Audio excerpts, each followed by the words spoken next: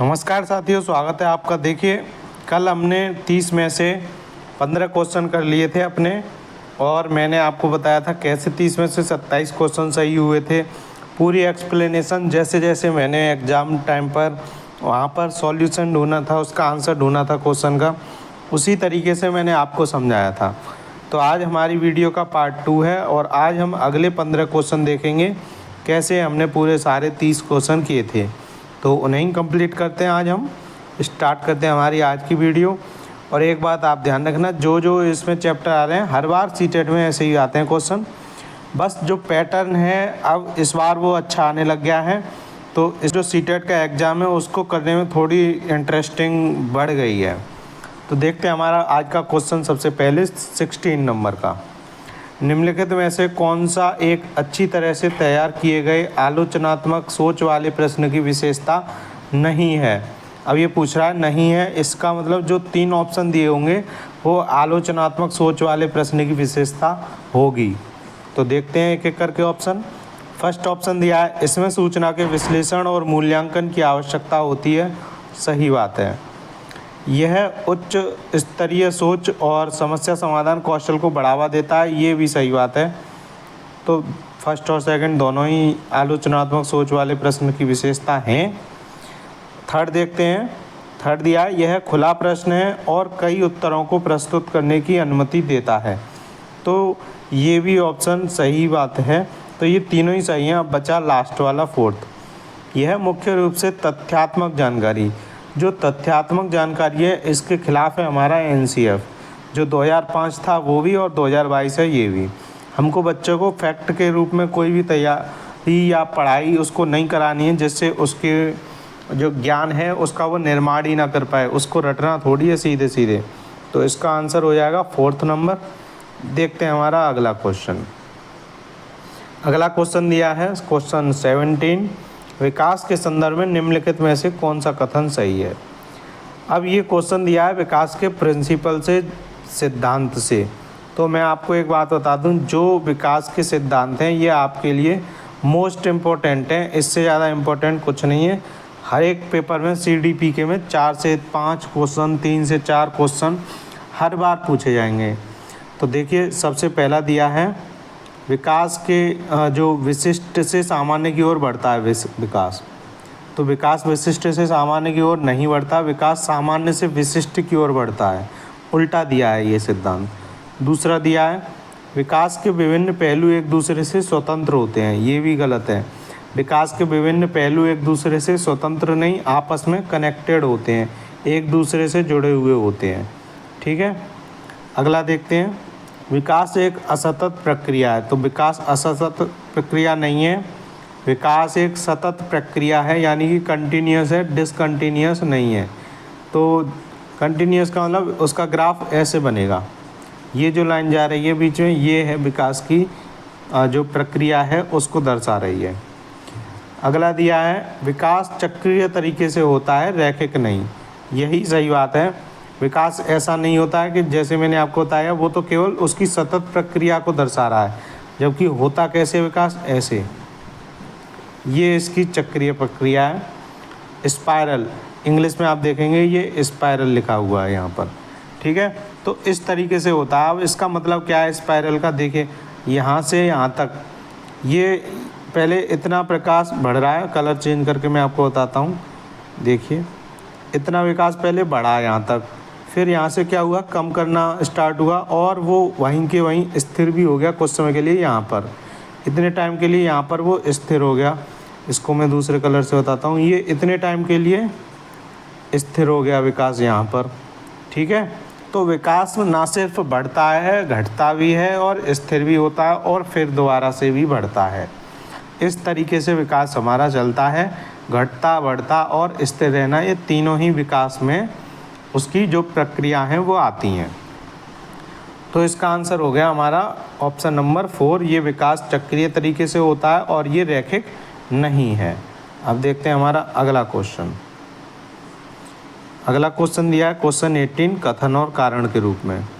तो कथन दिया है, शिक्षकों को बच्चों के साथ काम करते समय लगातार अपने स्वयं के दृष्टिकोण, और पूर्वाग्रहों की जांच करनी चाहिए।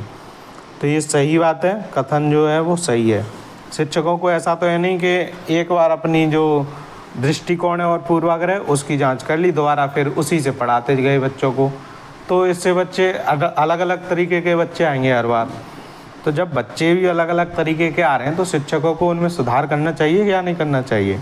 तो इसलिए हमारा ये कथन सही है। कारण क्या दिया है? कारण दिया है समस्या समाधान की प्रक्रिया कार्यात्मक स्थिरता से बाधित है।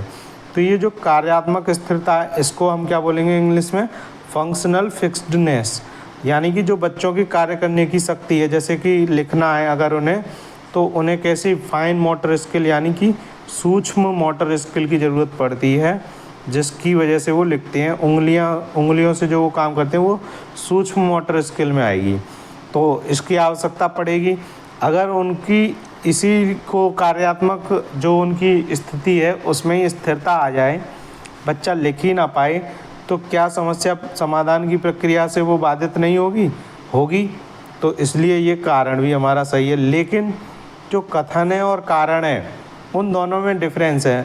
जो कथन है उसकी व्याख्या कारण नहीं कर रहा है, इसलिए इसका आंसर हो जाएगा फोर्थ। जबकि मैंने वहाँ क्या लगाया था? फर्स्ट वाला, इसलिए ये वाला मेरा क्वेश्चन गलत हो गया था। जबकि इसका सही क्या है?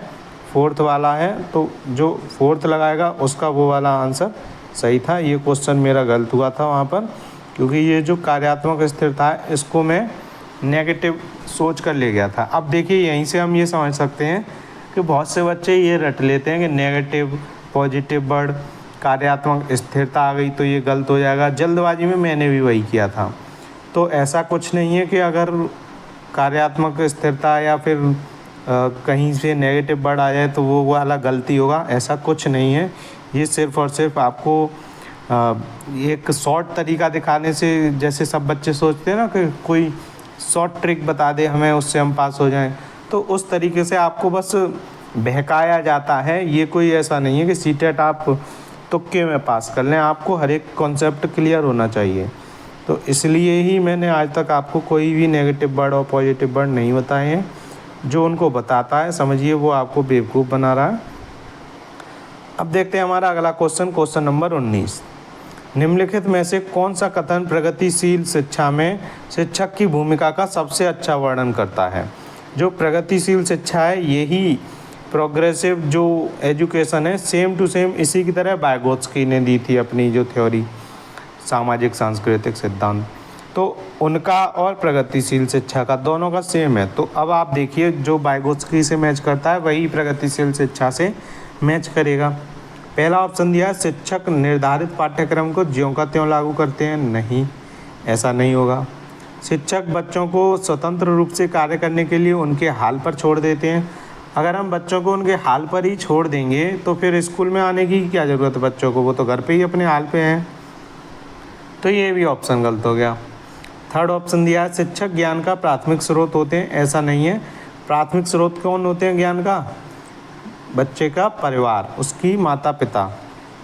अगला ऑप्शन दिया है शिक्षक एक सुविधा प्रदाता के रूप में कार्य करते हैं। तो ये हमारा ऑप्शन बिल्कुल सही हो जाएगा, फोर्थ ऑप्शन ये वाला इसका आंसर हो गया। शिक्षक एक सुविधा प्रदाता के रूप में कार्य करते हैं। अगला क्वेश्चन देखते हैं, क्वेश्चन 20। विभिन्न जेंडर के व्यवहार के रूप में पूर्व कल्पित सामान्यीकरण क्या कहलाते हैं? ये जो पूर्व कल्पित है यानी प्री कंसेप्ट, अगर आप देखेंगे कि इनमें जेंडर पहचान, जेंडर प्रारूप, जेंडर भेदभाव और जेंडर रूढ़िवादिता, हमेशा अगर आप किसी के बारे में पहले से कोई विचार बना रहे हैं तो वो किसको दर्शाएगा? रूढ़िवादिता को। और जेंडर वर्ड बता रहा है कि ये हम सामाजिक तौर पर बात कर रहे हैं। जेंडर सिर्फ और सिर्फ समाज के लिए यूज़ किया जाएगा।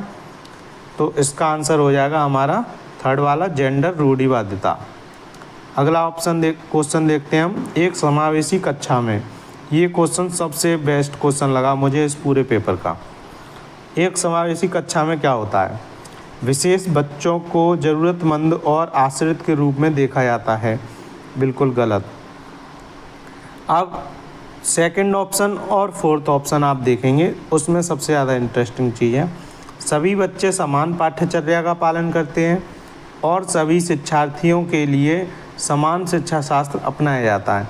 अब आप सोचेंगे समावेशी शिक्षा है तो सभी के लिए समान शिक्षा शास्त्र आ रहा है, समान पाठ्यचर्या आ रही है, तो ये तो समावेशी शिक्षा में होना ही चाहिए, जबकि ये समावेशी शिक्षा में नहीं है और मैंने ये वाला लगाया भी नहीं। आप देखेंगे ये वाला मेरा क्वेश्चन सही हुआ था, 1 नंबर मिला था। तो ये क्यों नहीं है ये मैं आपको बता दूं। ये जो सेकंड ऑप्शन दिया है ये एकीकृत शिक्षा का दिया है, जिसमें सिर्फ और सिर्फ शामिल किए गए थे, लेकिन उनको उनके अकॉर्डिंग जो भी मिलना चाहिए पाठ्यचर्या, समावेशी शिक्षा में सबको समान पाठ्यचर्या और समान शिक्षा शास्त्र नहीं दिया जाता है। उनके बच्चों के खुद के अकॉर्डिंग जो उन बच्चों के लिए सूटेबल है वो दिया जाता है उनको, और सबको साथ लेकर चला जाता है। ठीक है, ये नहीं है एक बच्चा जिस तरीके से सीखता है उसी तरीके से सबको सिखाएंगे हम, तो ये तो बात गलत हो जाएगी, फिर बच्चों के समान बात कहाँ रहेगी। तो यही है, ये सिर्फ आपका जो एकीकृत था उसका है ये दूसरा वाला ऑप्शन। थर्ड वाला ऑप्शन विशेष बच्चे हमेशा अपने पाठ्यचर्या पर काम करते हैं, तो ये वाला भी स्पेशल एजुकेशन का हो गया, ये उसका नहीं है समावेशी का। फोर्थ ऑप्शन दिया है सभी बच्चों की कक्षा की गतिविधियों तक पहुँच है और वे कक्षा की क्रिया में शामिल हैं। तो जितने भी बच्चे हैं वो कक्षा की गतिविधियों तक पहुँच सकते हैं, उनको उसमें शामिल किया जा रहा है, और जो बच्चे कक्षा की क्रिया करते हैं वे भी उसी में शामिल हैं। तो जब सभी बच्चों के लिए सेम, हर एक कोई बच्चा अपनी एक्टिविटी कर सकता है अपने अकॉर्डिंग, तो यही कहलाएगा इसका समावेशी कक्षा में क्या होता है कि सभी बच्चे अपनी कक्षा की गतिविधियों तक आराम से पहुंच पा रहे हैं और वे कक्षा की क्रिया में भी शामिल हैं। तो हमारा आंसर हो गया फोर्थ, ये होता है समावेशी कक्षा में। अगला क्वेश्चन देखते हैं, क्वेश्चन 22। ये दिया है जीन पियाजे के लिए। अब मैंने आपको बताया भी था जब जीन पियाजे पढ़ाया था कैसे उसमें क्वेश्चन पूछे जाते हैं। देखिए ये आया, जागृति को पता चल गया है कि उसका कुत्ता रस्टी एक गोल्डन रिट्रीवर है। जब वह एक और कुत्ते को देखती है तो रस्टी जैसा दिखता है लेकिन अलग नस्ल का है। वह उसे भी कुत्ता ही समझती है। जीन पियाजे के संज्ञानात्मक विकास के सिद्धांत के अनुसार यह किस अवधारणा को प्रदर्शित करता है कि वो कुत्ते को देखकर दूसरे को, जबकि उसकी क्या है जो नस्ल है वो अलग है, तो जब नस्ल अलग है तब भी उसको कुत्ता समझ रही है, तो ये क्या कहलाएगा उसका। ये देखिए हिंदी में और इंग्लिश में दोनों में अंतर दिया है। अगर मैं हिंदी के अकॉर्डिंग करता तो ये वाला मेरा क्वेश्चन गलत होता। देखिए हिंदी में दिया है समायोजन और यहाँ पर क्या दिया है एसिमिलेशन। तो मैंने आपको इंग्लिश में बताया था डबल एस जो आ रहा है ये जो एसिमिलेशन है, यानी सेम स्कीमा लगाया है उसने। कोई ऐसा तो है नहीं कुत्ते को देखकर फिर उसने चिड़िया का कॉन्सेप्ट बनाया हो। उसने कुत्ते को देखकर कुत्ते का ही कॉन्सेप्ट बनाया और दूसरे को भी कुत्ता ही बोला था। तो ये समायोजन नहीं होगा, ये गलत लिखा है इसमें, ये होगा समावेशी। तो ये देखिए पेपर में भी गलत आया, लेकिन वो गलत नहीं मानेंगे, वो पहले ही लिख के देते हैं नोटिफिकेशन में कि लास्ट आंसर आपका इंग्लिश वाला ही माना जाएगा। इसलिए इसका आंसर 2 सही हुआ है, क्योंकि इंग्लिश में एसिमिलेशन लिखा है। एकोमोडेशन होता है अगर वो अपना कंसेप्ट बदलती, लेकिन उसने क्या किया है कि जो कुत्ता था उसी को भी कुत्ता ही समझा जबकि उसकी नस्ल अलग थी। तो ये किस अवधारणा को दर्शा रहा है, समायोजन नहीं समावेशी को दर्शा रहा है। समायोजन की इंग्लिश होती है एकोमोडेशन, तो ये जो एकोमोडेशन नहीं है ये क्या है एसिमिलेशन। तो देखते हैं अब हमारा अगला क्वेश्चन। अगला क्वेश्चन दिया है कक्षा 5वीं के बच्चों को तैरने और डूबने की अवधारणाओं को पढ़ाने के लिए संरचनावाद में दृढ़ विश्वास रखने वाले शिक्षकों द्वारा कौन सा शैक्षणिक दृष्टिकोण अपनाया जाएगा। तो अगर आप कंस्ट्रक्टिविज्म के टीचर हैं, संरचनावादी टीचर हैं, तो आप किस तरीके से बच्चों को पढ़ाएंगे, क्या आपका दृष्टिकोण होगा। पावर पॉइंट दिखाएंगे उन्हें, नहीं दिखाएंगे। व्याख्या कर देंगे सिर्फ, नहीं करेंगे। वीडियो दिखाएंगे, नहीं करेंगे। रचनावादी हमेशा बच्चों की एक्टिविटी के ऊपर बेस्ड होता है, तो बच्चे एक्टिविटी कब करेंगे, जब उन्हें गाइडेड डिस्कवरी यानी कि निर्देशित खोज के लिए उन्हें बोला जाएगा। हम उनको निर्देश देंगे और बच्चे क्या करेंगे, खोज करेंगे। तो इसलिए इसका आंसर हो जाएगा आंसर 2। देखते हैं अगला क्वेश्चन। अगला क्वेश्चन दिया है आलोचनात्मक सोच वाले प्रश्न पूछने का प्राथमिक उद्देश्य क्या है। तो ये जो आलोचनात्मक क्वेश्चन होते हैं इन्हीं को बोलते हैं क्रिटिकल थिंकिंग क्वेश्चन। तो इनका उद्देश्य क्या है? इनका उद्देश्य है उच्च स्तरीय सोच और समस्या समाधान के कौशल को बढ़ावा देना। तो ये तो इसका आंसर हो गया सही। बाकी के ऑप्शन क्या दिए हैं? छात्रों को जानकारी याद करने के लिए प्रोत्साहित करना। याद करके कहाँ जाएंगे बच्चे? छात्रों को प्रक्रियात्मक ज्ञान विकसित करने में सक्षम बनाना। अब प्रक्रियात्मक ज्ञान तो विकसित कर लेंगे लेकिन समस्या समाधान नहीं कर पाएंगे तो फिर क्या फ़ायदा? छात्रों के ज्ञान और समझ कौशल का आकलन तो करना ही नहीं है। तो थर्ड में थोड़ा बहुत ठीक था कि उनके ज्ञान को विकसित करना है, लेकिन इसका जो आंसर है वो फर्स्ट इसलिए हुआ है क्योंकि उसमें समस्या समाधान कौशल को बढ़ावा दिया जा रहा है। अगर आप समझिए बच्चा अपने ज्ञान को विकसित करने में सक्षम भी है और समस्या समाधान कौशल नहीं कर पा रहा है वो अपने, तो फिर उससे क्या फ़ायदा? इसलिए इसका आंसर हो गया हमारा फर्स्ट वाला। देखते हैं अगला क्वेश्चन। अगला क्वेश्चन कथन और कारण में दिया है। कथन दिया है, शिक्षकों को कक्षा में प्रभावी संज्ञान सुनिश्चित करने के लिए बच्चों को संवेगात्मक सहारा देना चाहिए। अब ये भी विकास के सिद्धांत के ऊपर आया है। संवेगात्मक सहारा यानी इमोशनली बच्चों को क्या करना चाहिए? सहारा देना चाहिए। कारण क्या बताया गया है? संवेग और संज्ञान एक दूसरे से जटिल रूप से संबंधित हैं। तो ये सही बात है। संवेग और संज्ञान, संवेग यानी इमोशन बच्चे के, संज्ञान यानी उसका कॉग्निशन, जो उसका मेंटल लेवल है वो कैसे वर्क कर रहा है वो। तो ये दोनों चीज़ ही आपस में एक दूसरे से रिलेटेड हैं, जटिल रूप से संबंधित हैं। तो ये विकास का सिद्धांत सीधे सीधे पूरी एक लाइन में कारण में लिख दिया है।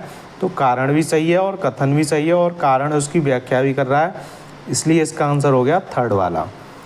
अब आप देखिए ये जो संवेग और संज्ञान है ये कैसे एक दूसरे से संबंधित हैं। इसके मैंने आपको पूरे सिद्धांत कराए हैं विकास के। वीडियो का लिंक आपको डिस्क्रिप्शन में मिल जाएगा, आप उनको पढ़ेंगे तो अच्छे से समझेंगे। देखते हैं अब हमारा अगला क्वेश्चन। क्वेश्चन 26 दिया है, निम्नलिखित में से कौन सा निरंतर और व्यापक मूल्यांकन को समर्थित करेगा? तो जो समर्थन करेगा व्यापक मूल्यांकन को, उसका ऑप्शन दिया है मानकीकृत, गलत हो गया। सर्वश्रेष्ठ कार्य पोर्टफोलियो, पोर्टफोलियो तो ठीक है लेकिन सर्वश्रेष्ठ नहीं बोला जाएगा इसको। मानकीकृत बुद्धि परीक्षण, ये भी गलत हो गया। वृद्धि और अधिगम प्रगति पोर्टफोलियो, ये सही रहेगा। इसमें ग्रोथ भी आ गई है हमारी, और लर्निंग प्रोग्रेस पोर्टफोलियो, तो इसलिए इसका आंसर क्या हो जाएगा? फोर्थ वाला। पोर्टफोलियो में व्यापक मूल्यांकन को क्यों समर्थन कर रहा है, निरंतर और व्यापक को? क्योंकि पोर्टफोलियो में बच्चे खुद से, उनके साथी, उनके परिवार वाले, इन सभी का क्या होता है उसमें एक, उन सभी का समर्थन होता है उसमें, सभी मिलकर उसकी जो रिपोर्ट बनाते हैं सबका उसमें क्या होता है, एक तरीके से साथ होता है। अगला क्वेश्चन दिया है 27, निम्नलिखित में से अवधारणा के निरूपण का कौन सा क्रम बच्चों की संज्ञानात्मक क्षमताओं के उत्तरोत्तर विकास के अनुसार है? उत्तरोत्तर यानी कि एक सीक्वेंस से, पहले क्या आएगा फिर क्या आएगा, ये लिख रहा है sequence representation of concept is in accordance with children's gradual development. तो ये जो ग्रेजुअल है, लगातार कैसे आ रहा है, वो बात करनी है हमको।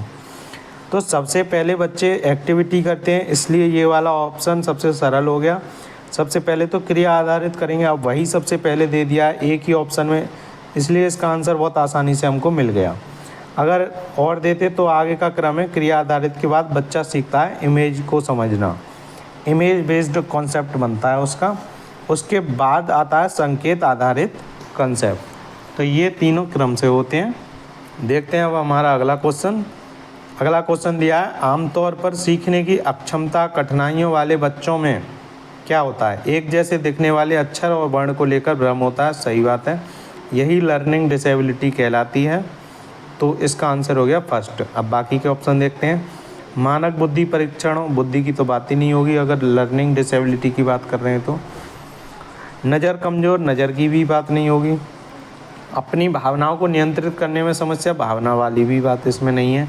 तो ये लर्निंग डिसेबिलिटी सीधे सीधे एक जैसे अक्षर जो दिखते हैं उसमें लेकर बच्चों को क्या रहता है, एक भ्रम रहता है कि ये वाला सही है या ये सही है, ये ऐसे होगा या ये ऐसे होगा।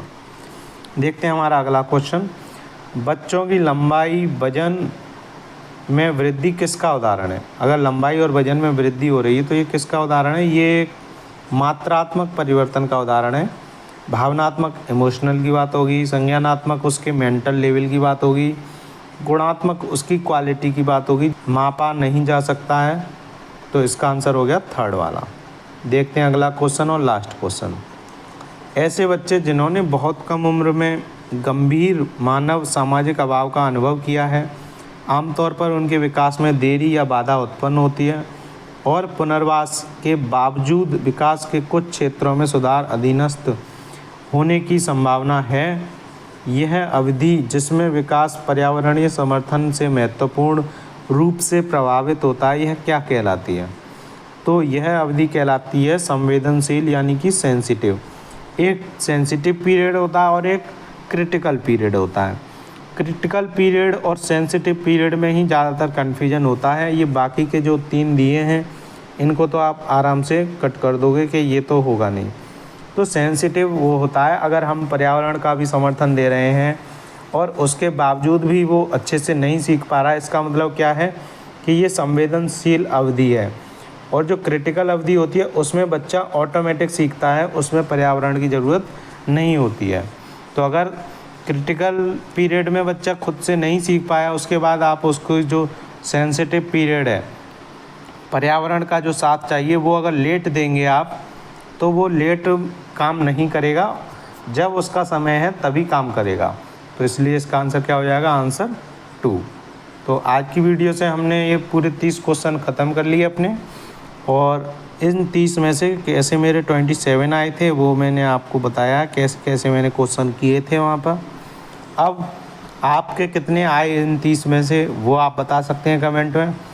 और आप अपनी तैयारी के लिए इसमें आपने जो जो चैप्टर देखे हैं उनको मैंने जो वीडियो पढ़ाई हैं उनसे भी पढ़ सकते हैं, और बुक से पढ़ेंगे, PYQ से पढ़ेंगे, ऐसे ही क्वेश्चन और देखेंगे। ये आपके लिए सबसे बेस्ट होगा कि आप PYQ से भी देखते रहें साथ के साथ। तो मिलते हैं आपसे अगली वीडियो में। Thank you so much.